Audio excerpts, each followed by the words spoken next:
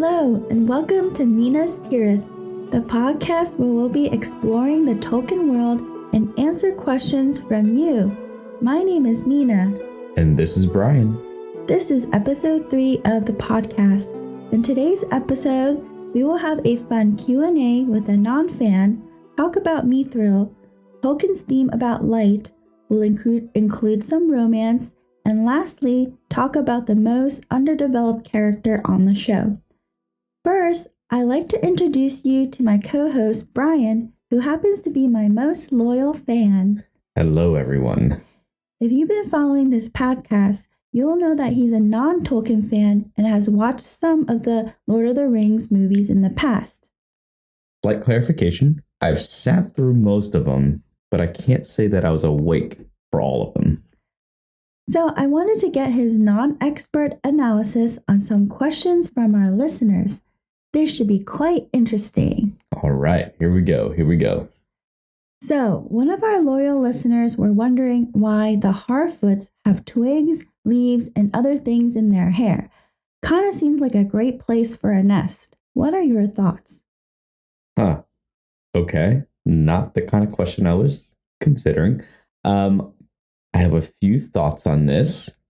I think the easy answer is that they didn't have mirrors, so they probably didn't know what they actually looked like. And so they thought it was okay to be in public with that type of hairstyle. A different reason could be that they may have identity crisis. They don't have pointy ears like elves, and they're not small like the dwarves, so they have to find something to give them some sort of identity. And it seems like they're always rolling around on the ground, so it could also be some sort of camouflage for them, right? Interesting answer. Very possible. So here's another question that needs your insight. I've noticed that the elves in Peter Jackson's movies all have long hair, but the elves in the Amazon show, some of them have short hair, like Arondir, Elrond, and Celebrimbor. So why do you think that is? That is fairly odd. The Rings of Power show takes place thousands of years before the movies, right? Yes, that's correct. Okay, so it's plausible that, one, the elves finally gained a sense of style over the years. Two, their hair probably just grows super slowly. And three, someone told them that their ears make them stick out too much when they're trying to sneak up on their enemy. And since the Harfoots already used twigs and leaves, they decided to grow their hair out to cover up their ears as their way to camouflage themselves. Okay, wow. Well, those answers seem very feasible, actually. So last question for you. How come Legolas seems to always have an endless supply of arrows? Oh, my favorite question. I have also wondered this as well, and I've given this a lot of thought since our last episode. So, many people might say that I and others should just suspend our sense of disbelief for this type of thing, but I think I have a pretty good answer for this now. So in episode 2 of this podcast, you were talking about this whole crazy notion of like the seen and unseen world, right? Yes. So what does that have to do with Legolas? So stay with me here. I think the Legolas has a small army of arrow-making elves that work in the unseen world. And every time he reaches into his bag of arrows, he's actually reaching into the unseen world where his elf factory is, and they're restocking his stash of arrows. That's actually not the worst answer I've heard. Very creative. Thank you. Well, thank you for your very interesting insights to these questions. I can't say that I would have answered these in the same way, but that's okay. All right. Well, thank you for letting me share some of my non-expert analysis with your listeners.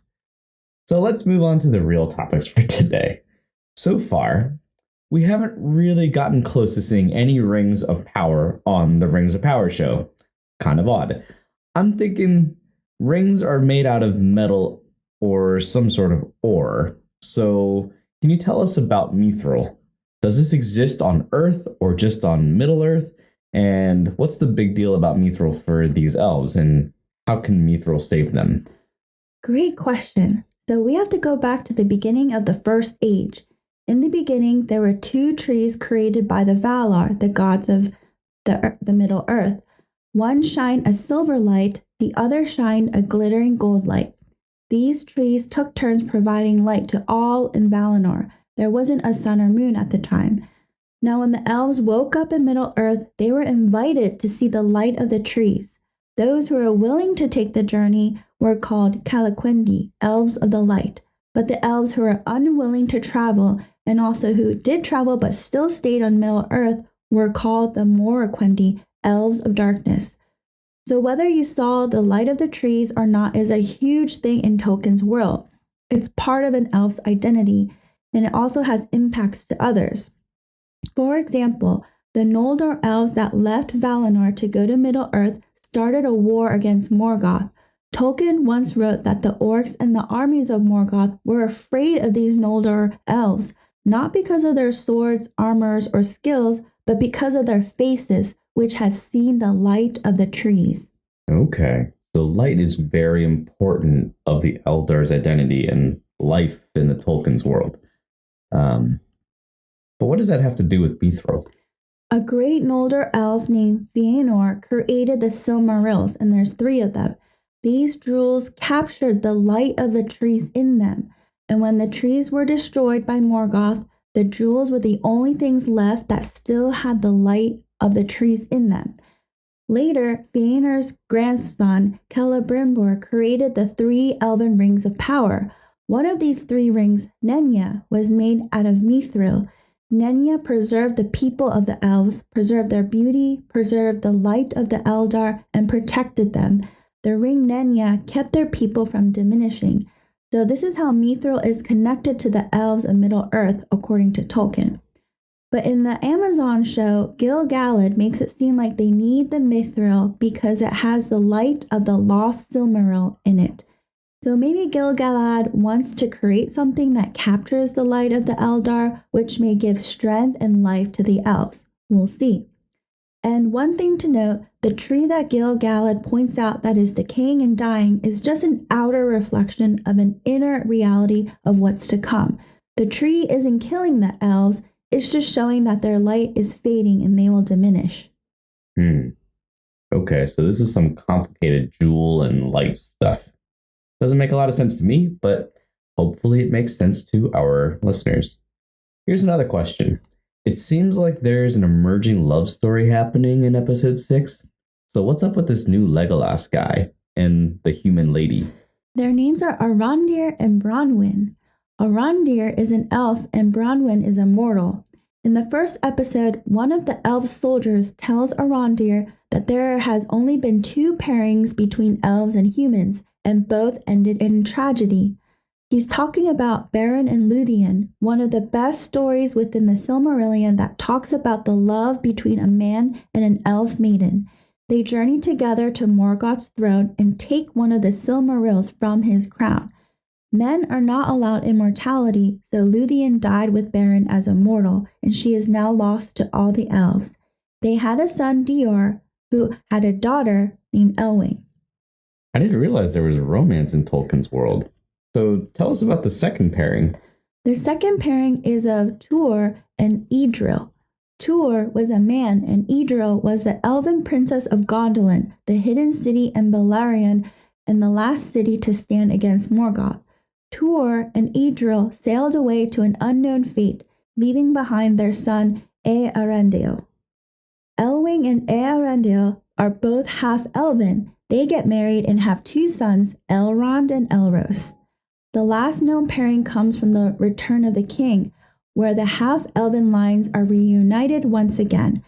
Elrond's daughter Arwen weds Elros' descendant Aragorn. This strengthens the line of men in Middle-earth. So out of the 3 great pairings that have been recorded, and seeing that all of them ended with them living and dying as mortals, I have a feeling that Arondir and Bronwyn's fate will be the same. But it's still a great romance and reminds me so much of Beren and Luthien's story.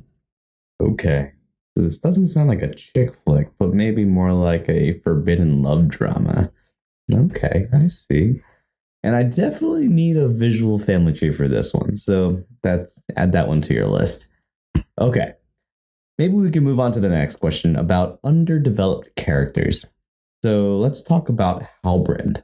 Is that how you say it? Halbrand? Okay. Who is he?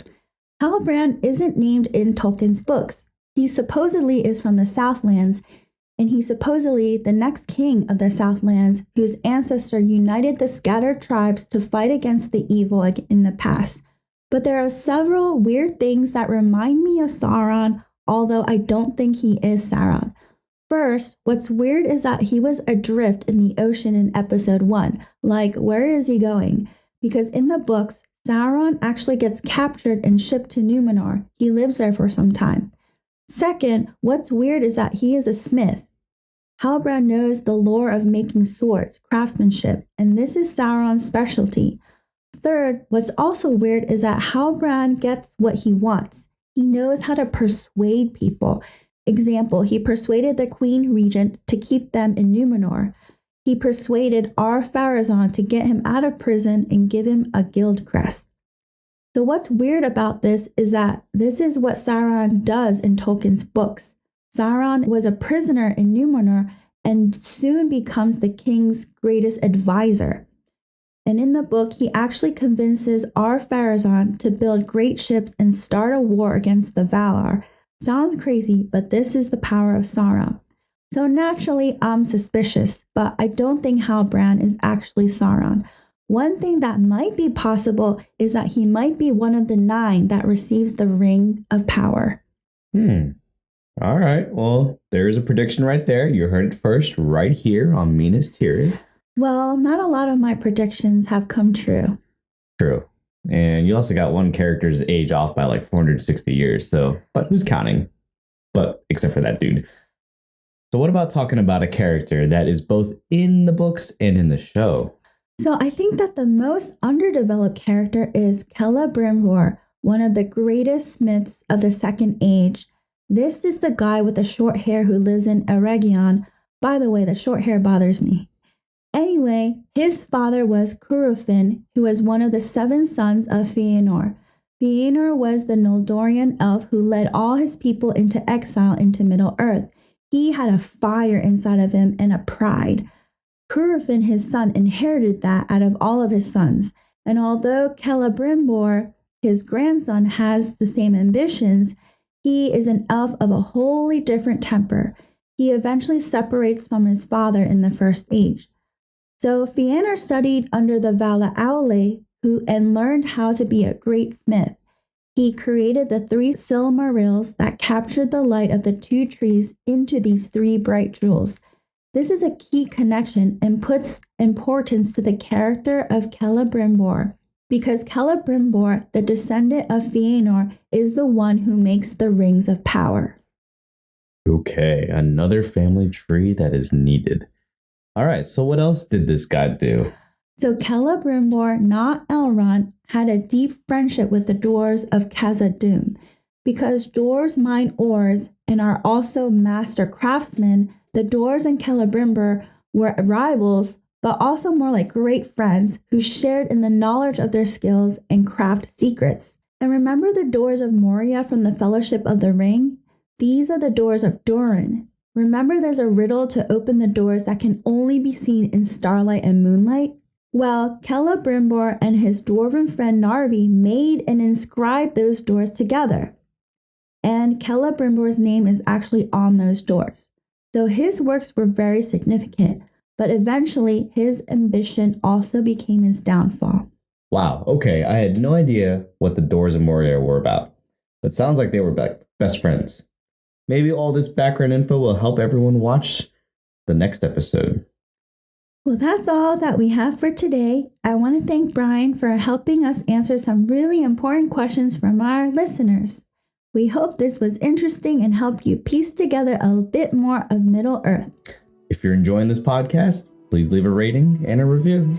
If you have any questions for us to answer in this podcast, please DM me or leave a comment on my Instagram at Minas_Tirith. Thanks for joining us. Stay tuned for the next episode.